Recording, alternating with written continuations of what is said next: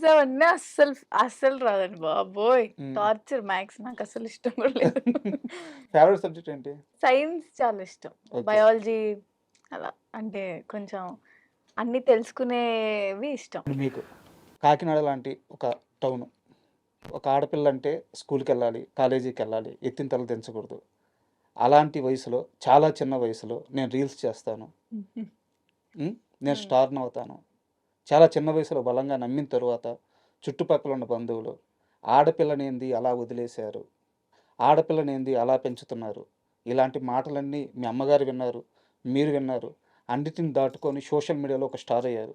ఈరోజు ఇలా ఒక స్టార్ హీరోయిన్‌గా నా ముందు కూర్చున్నారు. సో, ఈ జర్నీ అంతా ఒక్కసారి వెనక్కెళ్తే ఏమనిపిస్తుంది?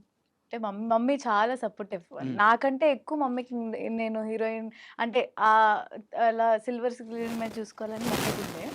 మా ఫ్యామిలీ సైడ్ అంతా వాళ్ళెందుకు అలాగా రీల్స్ దాన్ని చదివించు మంచిగా హ్మ్. అంటే నేను చదువుకుంటున్నప్పుడే చేసేదాన్ని. అంటే ఫ్రీ టైమ్ ఉన్నప్పుడే చేసేదాన్ని. హ్మ్. బట్ ఎందుకు రీల్స్ అవన్నీ ఆపించేసేయి అన్న. మమ్మీ అస్సలు ఎప్పుడు వినలేదు. శ్రీదేవి అంటున్నట్లే స్టార్టింగ్‌లో అసలు మా నాన్నకి నా మీద ఎలా నమ్మకం ఎలా ఉండిందో అసలు నాకు తెలీదు. హ్మ్. ఆహ్, ఆబ్వియస్‌లీ ఏం బ్యాక్‌గ్రౌండ్ లేకుండా ఇండస్ట్రీ అంటే చాలా, చాలా కష్టం. యూ నో ఎన్ని ఆఫీస్‌లు, ఎన్ని ఆడిషన్‌లు, ఎన్నో అంటే అందరూ అంటూ